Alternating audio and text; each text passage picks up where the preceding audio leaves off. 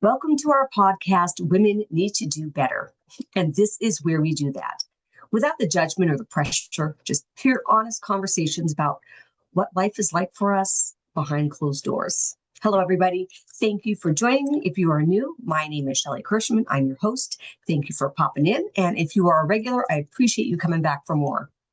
This week's episode, we are talking about Lisa again. Last time, was episode 29 when we were sharing about kind of her introduction. She's allowing me to share her story, hoping that this will help other women out there. And in the last episode 29, she was excited for an interview. She was only working part-time, so she was really looking for a full-time job so that she could feel like she was contributing again.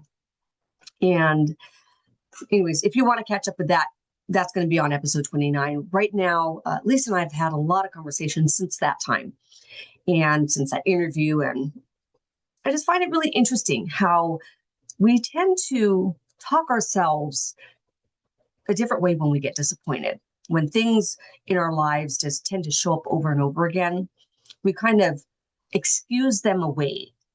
We excuse the mediocrity by telling ourselves, okay, we're going to try to focus on the positive. And that's kind of how she ended that day with the letdown of the interview. And she was looking forward to her favorite bottle of wine, which someone else had gotten to before she did. So she was like, ending her day, not quite how she thought it would end up. And the way that she explained it away was, it's good enough for now. And don't we do that? We kind of have this way about allowing ourselves to be accepting less than what we deserve, saying that we are, taking the higher road or putting things, putting other people's needs in front of ours because that's just what we do. We take care of our family. We take care of people. And my question to you is, when we keep doing that, when do you get that better than that you want? You say that it's okay for now, but when does now stop? When does the better come? Because we tend to just put it on the list. So Lisa and I have had many sessions since then. And the one that I want to talk to you guys about today is one where, she was still working part-time, still kind of struggling with the family dynamics. And if you recall from her last episode, Lisa, she really wanted to have her own kids, but she was never able to. And she met this wonderful man that had kids, and she was able to become a mom because of him. And now those kids are grown. She's got grandkids. And she struggles with the boundaries. And I get that, because when you are blessed with something that, again, like with her not being able to have kids, there's a different kind of appreciation than someone who maybe was able to have their own kids. I'm not saying that it's better or worse. It's just a difference in whether you have your own children versus you really wanted kids and you're able to outside of having them out of your own body. And that's where she's at. She loves her kids. She loves the grandkids. She treats them, that is her family. That is her family. And the boundaries with the grown kids kind of throwing things in Lisa's lap last minute.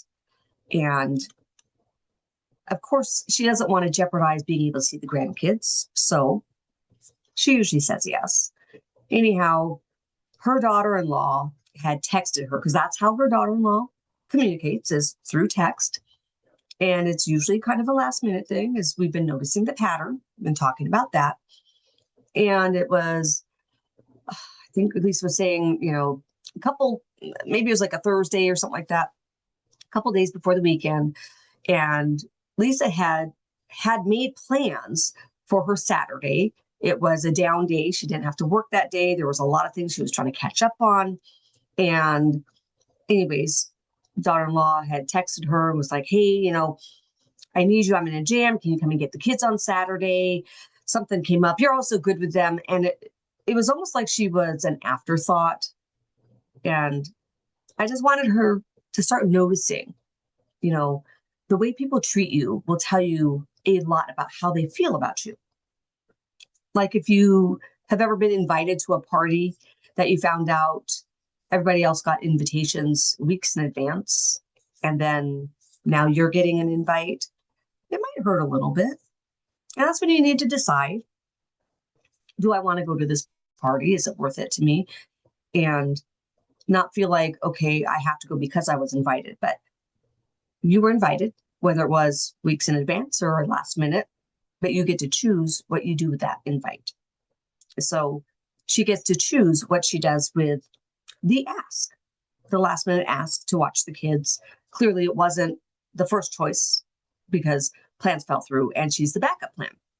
She's kind of used to that. We're working through some of that.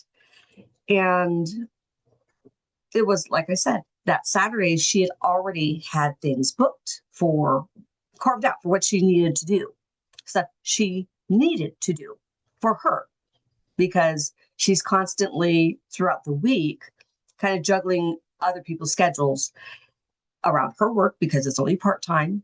And that's another one of the problems is because she works part-time, to everybody else, it looks like her schedule is up for grabs. Like, oh, well, you don't really work, so can you do this favor for me? Because, you know, we have real jobs.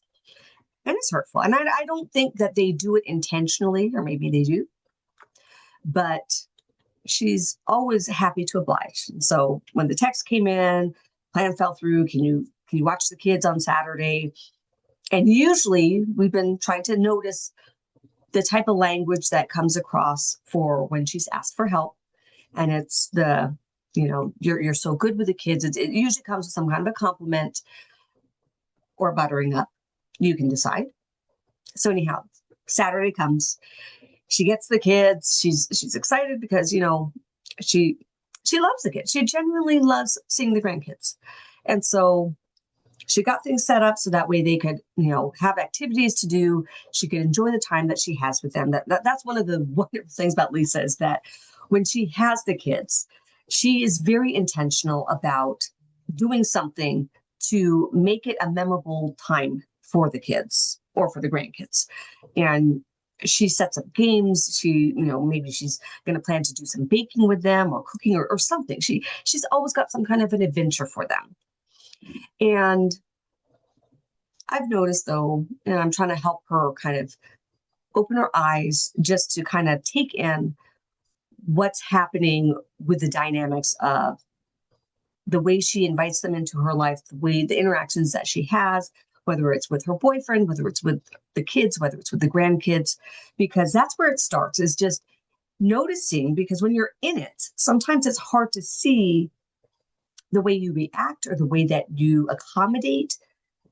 And maybe when you are the doer, doing all the things to help your family, help your friends, it feels different and it might land different if there was like a camera catching you in action with what the dynamics are.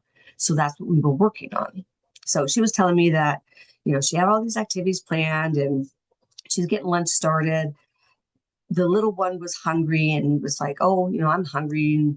And she was eating. And it's funny because like Lisa just explains this as if it's, I mean, this is normal. Well, I'm thinking, is that trained behavior, learned behavior? I'm not quite sure. So I'll tell you what's going on. So the little one, the youngest one, was playing with her toys, and she told Lisa, you know, I'm hungry. And so Lisa was like, I'm making lunch, but I can get you a little snack. You know, what would you like? She gave her a couple options. You know, did you want some fruit? Did you want some fruit snacks? Did you want, you know, some trail mix? And she, the little one, out of the mouth of babes, I tell you, she was like, oh, I want the fruit snacks, the ones with the faces on them, but I don't want the orange ones because I don't like those ones. So just the fruit snacks, but no orange ones. We all have picky ears. And so Lisa, of course, are happy to accommodate. And the little one's like, the orange one's upset my tummy. So, okay. So Lisa gets all the little fruit snacks out, picks out all the orange ones, gives it to the little one. She eats them and goes off to play so Lisa can finish up making lunch. And they have their lunch. Everything's fine. They're playing.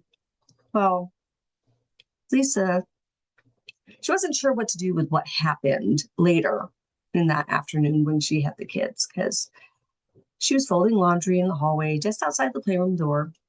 And the little one was playing with little toys, doing a little, whatever, tea party or something like that, right? It was some kind of a party. And the little one had all her little toys around the table. And she's going one by one, introducing all her friends. And, hello, this is Big Brother. Oh, hello, this is Junior. Junior, meet Mommy. But she's my mommy, not your mommy. And then here's Pop Pop.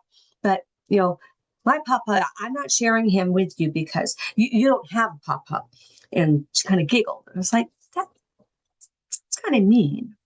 But, that's just how she talks, I guess. And then as she's introducing all her friends in her little party, and she goes, oh, now that's old Papa. And this one is just Lisa. It's okay. Oh, wait, we aren't supposed to say just Lisa. And I said, what did she say? And she's like, well, and Lisa's telling me this. She's like, maybe I didn't hear her right. I'm like, no, you heard her right. The giggle, the laugh, the things that clearly she's been corrected to not say. And I mean, I'm not saying that we don't have conversations in our private homes that we don't want to relay, because, yeah, we absolutely do. But you'll see as we get to know more and more about Lisa's story that the dynamics of the family are something to be observed, to be noticed, and to definitely take into consideration that the way people talk about you when you're not around really tells you a lot about how they feel about you, what kind of respect they may or may not have for you. And it was just Lisa. That's what the little one said. This is just Lisa, but we're not supposed to say that. It's not Grandma. It's not even a made-up name, like a nickname. And kids usually kind of repeat things that they hear. And so I don't think that the little one was trying to be cruel. I mean, she loves Lisa. But somewhere that became a normal way to talk about Lisa behind her back. And like I said, there's something particular about the way people talk about you when they don't think you're in the room, when they don't think you can hear them. And in context, you still need to step back and say, okay, you're only hearing half the conversation, maybe not the entire context, but it sets a mood for her, for Lisa. Like, how could it not? How could it not dig a little? Anyhow, Lisa said, she just finished folding the laundry, didn't say anything, tried to kind of brush it off. Again, this is why we had that session. Dinner came and went like it normally does. And, when her daughter-in-law came to go pick up the kids, she can be a little standoffish. And Lisa just kind of chalked it up to that's just her personality. But when Lisa was telling me about the way that her daughter-in-law was talking about things when she picked up the kids, she came and got the kids and was leaning up against the counter. Lisa's, doing all the things. She's in the kitchen. She's serving up the plates. When they come over, they usually just let Lisa do all the work. They don't help. Maybe that's the way they were, the expectation was set regardless. But the thing that Lisa had mentioned when she was talking about this, again, just little things that kind of go on alert for me. She's like, yeah, Wendy was leaning against the counter watching me dish up the dinner and stuff. And she's so sweet the way she says it. She goes, oh, it must be nice having all this free time to just do everything right. I wish I had that luxury. And the son-in-law, or well, the son, sorry, her son, her boyfriend's son, was just a couple feet away. And Lisa tried to excuse it. That's what we do. We would try to excuse behavior because we don't want to think that they think this way about us. But Lisa knows he heard what she said because he kind of smirked a little bit. And we've had other conversations. There's some history where it's clear that Wendy talks that way about people, about Lisa, about her husband, Ben. And whenever her daughter-in-law, she just has a certain tone about it when she says things where it's like I'm sure you guys know these people. When women see this syrupy, sweet kind of condescending dig, and that's really how it lands. If that has ever happened to you and you feel it, you feel the energy of what they're saying, how often do you kind of excuse it away and go, no, I must have heard that wrong, or I don't think she meant it that way. And it's because we want them to not have meant it that way. And Lisa, she's got so much grace. And she was just kind of smiling. She said, it just all works out. But when we talked about it, it didn't feel like it all worked out because she was so disappointed from the voicemail from the job that she didn't get, being overqualified. And, it hurts. It hits your self-esteem, even when you're trying so hard to do all the things and to be all the things for your family. And when you hear comments from a child that there's conversations happening behind closed doors. And that night wasn't an easy night for her. It was supposed to be her free day. It was supposed to be the day that she caught up on all the things that she was behind on. And she gave that up to spend time with the grandkids, which she absolutely loved. But who loves being hurt by finding out how other people excuse behaviors that want you to accept their, how should I say, their rudeness, basically. Let's be honest. It's rude. It's condescending. And I don't care how much sweetness you wrap it up in. It's disrespect. And I know that's something that Lisa struggles with because how do you correct something with grown children that are raising the next generation? Because sometimes when you have to figure those kind of dynamics out, it's the children that get hurt. It's the grandkids. And of course, she doesn't want to be without the grandkids. That's definitely something that a power trip can happen with the daughter-in-law, hold it, over her head and withhold her from being able to see the grandkids. But somewhere in there, we have to figure out, do we want to have that kind of relationship? Is there a way to fix it? And I'm telling you, there is. We've gotten far past that, but the noticing is where it has to start. Noticing the way people treat you, if they're respectful or disrespecting you, your time, your energy, if they're taking advantage. How do you stop that from happening? You got to notice it first. You have to recognize it. And there's definitely tools that you can have, but it starts with the recognition. And what Lisa remembers the most is that she doesn't want the fight. And that's one of the things that we struggle with because it is uncomfortable before it gets better. When we put down boundaries, when we say things to stand up for ourselves, it's never comfortable the first time. And that's really where I want you to kind of think about.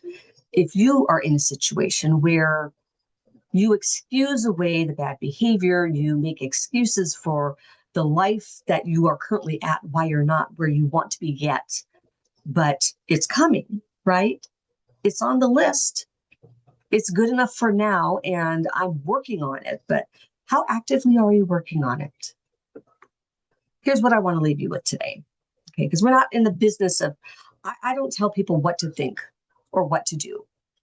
I help you find out what it is that you want to do and find ways that you can make it happen.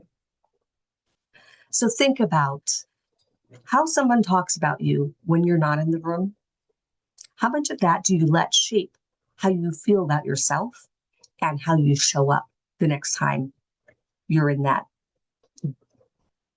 room where they know you're there? Because it definitely can change how you feel and how you show up when you know really how they feel about you. So if any of these women's stories inspire you, if you can relate to them, I would love for you to like my episode, subscribe, send it to someone who can use this, because women do better when we lift each other up. So let's build this community and support each other. Take care of each other and yourself. And don't forget your coffee. Until next week, I love you. I will see you later.